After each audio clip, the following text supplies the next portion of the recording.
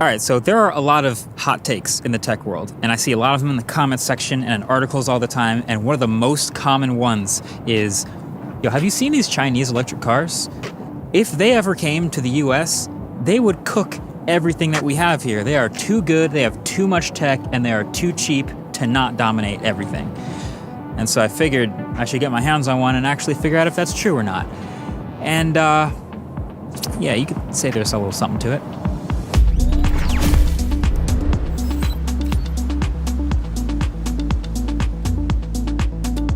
There are so many crazy things I've learned about this car while I've been testing it, but let's just start with the basics. This car here I've been driving for the last 2 weeks is called the Xiaomi SU7. Yeah, that Xiaomi. So the Xiaomi that makes basically everything in China: tablets, headphones, robot vacuums, printers, appliances, and smartphones. And they even refer to the trims of this car as the SU7, SU7 Pro, SU7 Max, and SU7 Ultra. So this here is the SU7 Max, and this retails for about 299,000 Chinese yuan, which actually converts to about $42,000 US, which is gonna be a lot more impressive in about 5 minutes. So base specs, this is a fully electric 4-door sedan, 101 kilowatt hour battery, dual motor, all-wheel drive, 673 horsepower, and 320 miles of range. Already, those are specs on paper on the level of like a Tesla Model 3 Performance, which today costs like $55,000. Now, looking around the outside of this car, it looks like a pretty reasonable car. I think a lot of people would agree, but that's the thing. This is Xiaomi we're talking about making this car. And they're not a car company, which means they don't have any previous designs that they have to pay homage to or any traditional lines and shapes that they have to keep around, which means a little bit less prestige, yes, but also a little bit more freedom. Because I see them taking stuff from all over the rest of the car industry in this car. Like these headlights, for example, that is very much a McLaren-looking headlight. And they have Lotus lines on the hood here. And then as you get back, even more. Kind of looks like a Porsche Taycan from the side profile, if I'm not crazy. It has these thin bezels like the Polestar, and then a thicker taillight across the back, which kind of looks maybe like a Lincoln or some others. And then there's a fully active wing on the back that kind of looks like a Mercedes AMG GT. All of these are more expensive cars from more premium brands, and so they kind of meld them all together into one car with this kind of unique purple color that honestly I think looks pretty good. And we're not even on the inside yet.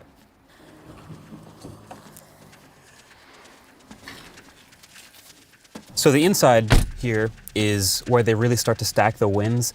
This is a nice car, not just in like a nice with an asterisk type of way, like, oh, this is nice for a $45,000 car, or, oh, this is nice for a car I've never heard of. No, this is a nice car. It's got this pretty clean design all around the interior. Again, bringing in inspiration and premium features from a bunch of different places. Like these are comfortable, heated and ventilated leather seats. This heated steering wheel looks and feels a lot like a Porsche steering wheel to me, with the shape and the simplicity and just a few buttons with stalks at the bottom. There's a big, bright, and automatically aligning HUD in front of me, right in front of the road at all times. And that's right above a small display behind the steering wheel, and then a 16-inch primary display in the center. And then there's storage everywhere. There's here in the middle between the front seats, where they've also cleverly stored a flashlight powered by the car's battery, kind of like Rivian. And believe it or not, a tasteful amount of real hardware controls here. There's a power on-off button right here. There's temperature controls up and down, fan speed up and down at my fingertips. You can also put the wing up or down at the back of the car. And there's a lift height because there is, of course, an adjustable air suspension. Up at the top, there's a pair of air-cooled 50-watt wireless chargers because, you know, if you got a Xiaomi car, you might as well have a Xiaomi phone with 50-watt wireless charging to match. So those go up there. There's also a huge tinted glass panoramic sunroof over my head. Very nice feature. The headliner is all Alcantara everywhere. And there are 25 speakers in this car that sound really good, and ambient lighting everywhere that pulses to the bass of your music in the colors of the album art of the song that's playing, because it's connected to the car and it just knows that type of thing. And that's not even mentioning the backseat experience of this car, which is also really nice. Those screens for the rear passengers are Xiaomi tablets, because of course they are. I haven't even driven it yet, and it's already feeling like a $65,000 car. But there are not one, but two really cool features I've never seen in any other car that are in this one. So number one is the software. The software is so good. This feels like a preview kind of like what Apple might have done if they'd made an Apple car. I say that because it's super smooth, just like a smartphone, but also it's a car made by someone who makes a phone. And so the car plugs right into the Xiaomi ecosystem in so many ways. There's a wireless charger, but also wireless screen mirroring. It connects to various other Xiaomi smart home accessories like security cameras. You can sign into them with the car with your account, so everything from text messages to map directions are all syncing from your phone. And hey, if all else fails, thankfully as a backup, this car also happens to have wireless Apple CarPlay, and it's nice. I think it is the biggest, nicest window of wireless CarPlay I have ever seen in a car. I think probably my favorite example of the software being incredible in this car is you see the speaker and the headrest behind me. When I'm driving and my phone is paired to the speakers in this car and I'm navigating, you know that part where like you're driving and the music's getting pretty good and right as the bass is about to drop, the navigation voice comes on and interrupts it? That never happens in this car because it separates out the voice from the navigation and puts it just in that speaker behind me while all of the rest of the music and the sound in the car stays exactly the same. So as a driver, I hear the voice saying, turn left, turn right, but everything else, including the music for all the passengers, stays sick. That is my favorite software feature I've seen in a car in a while. So the software being awesome is the one thing, but the second awesome thing is the modules.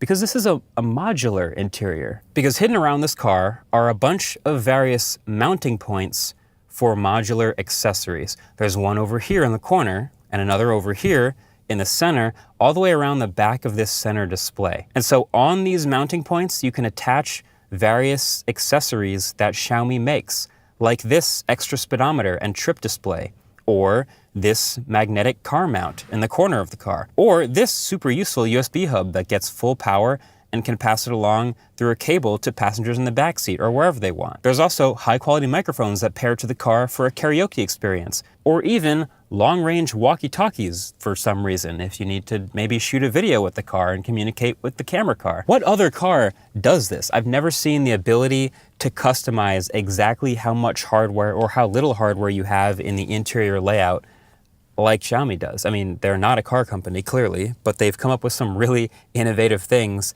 to make the car uniquely your own. You can make it maximalist, you can make it minimalist, you can do as much or as little as you want.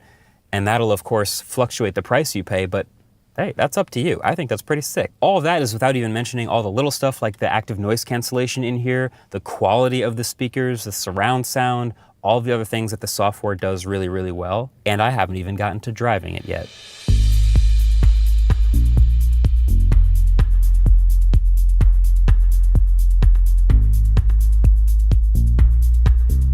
So this is obviously a standard issue 4-door electric car, right? But the superpower of electric cars is that they can have multiple personalities. That's what makes these interesting. So in its default mode, which is comfort mode, it's pretty nice, actually. It rides super soft, it's chill.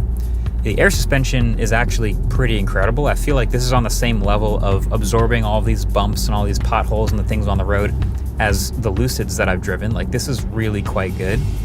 And it never gets too unsettled.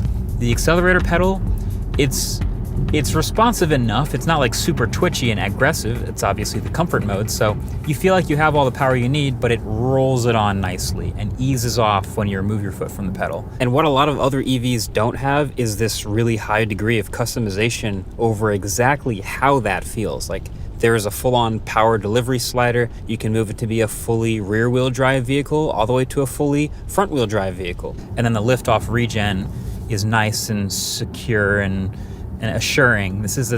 You never have to take the car out of this mode if you never wanted to. This is a very reasonable thing to expect from a 4-door electric car. But there's also a drive mode knob down here. If I just turn it one notch to the right, everything turns red. The graphics in front of me change. I get my estimated range and my speed and how much power I'm using. And then I rotate it again and it's Sport Plus mode. And there's a G-force meter now. And now all of a sudden the accelerator pedal is way more responsive and twitchy and everything firms up. And the steering is definitely heavier. So this feels much more like a fun type of drive, and it's not quite on the maxed out level. Like, I know people want to compare this to Porsche Taycan. This is not Porsche Taycan levels of sporty, but it's like one notch below that, which is still really good.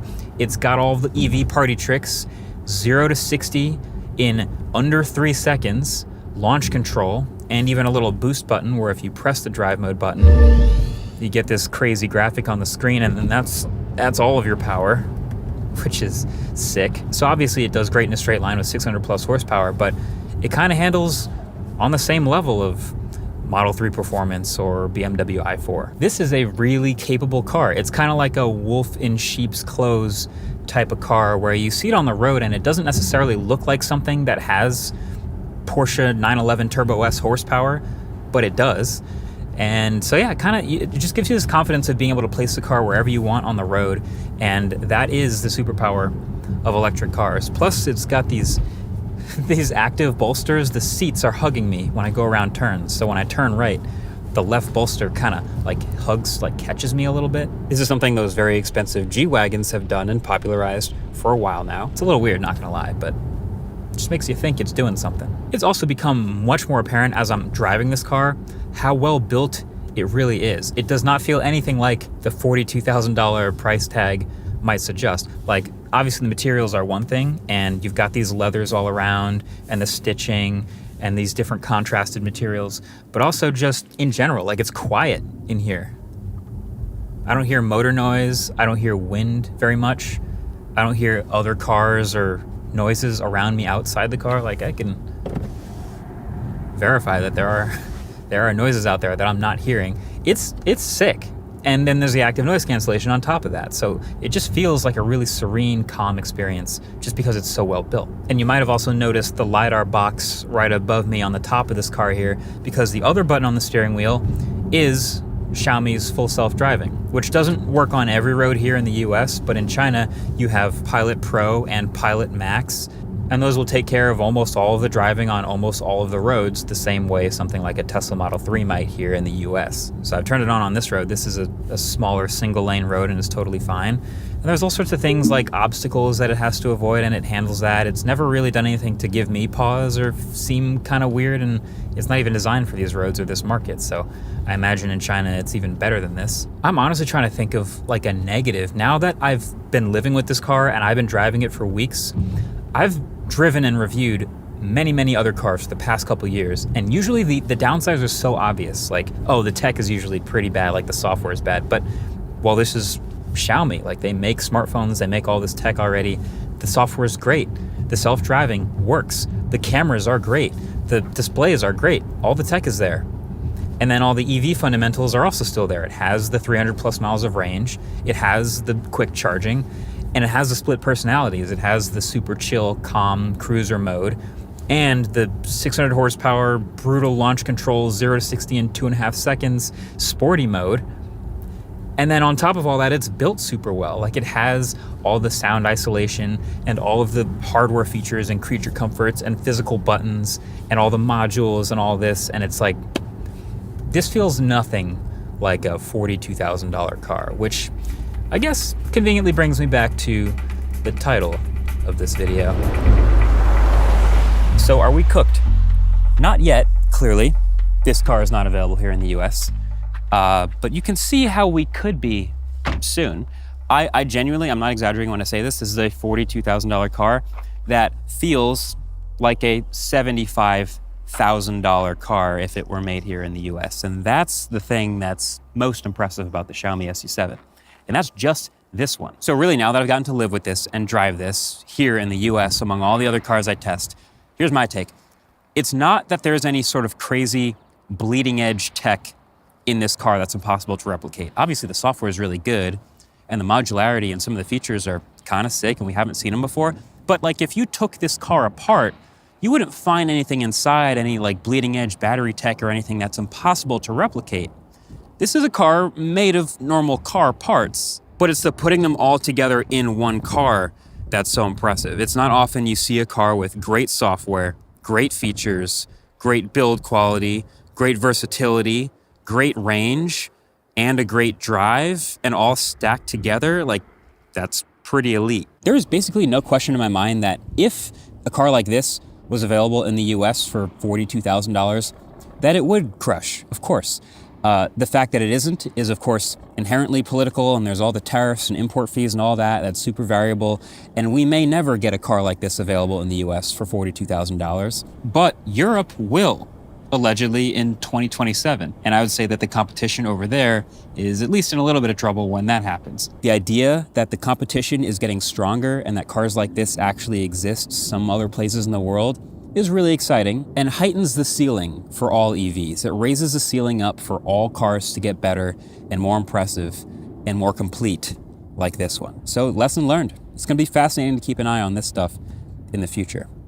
If you want a more raw, like daily living with this vehicle type of video, check out the autofocus channel where I shot a video on the Xiaomi phone of the Xiaomi car. Thanks for watching. So hey, it is of course the holiday season. And in case you missed out on any of those Black Friday deals, channel partner Ridge is still running some of their biggest sales of the year with up to 47% off. So in case you missed out on some of that stuff from other brands who have shut down those sales now, Ridge is still going. And you know, finding the right gift is tough. You want to get something that people actually use and not just like throw away and never see again. So here are some ideas. First, there's the new Ridge 2.0 wallets. So after 12 years of selling their wallets, they've made their biggest updates. They're 10% lighter, more modular, come with a matching plated cash strap, and feature Ridge's new Built for Life warranty. So if you lose your wallet or it's stolen, they've got you covered.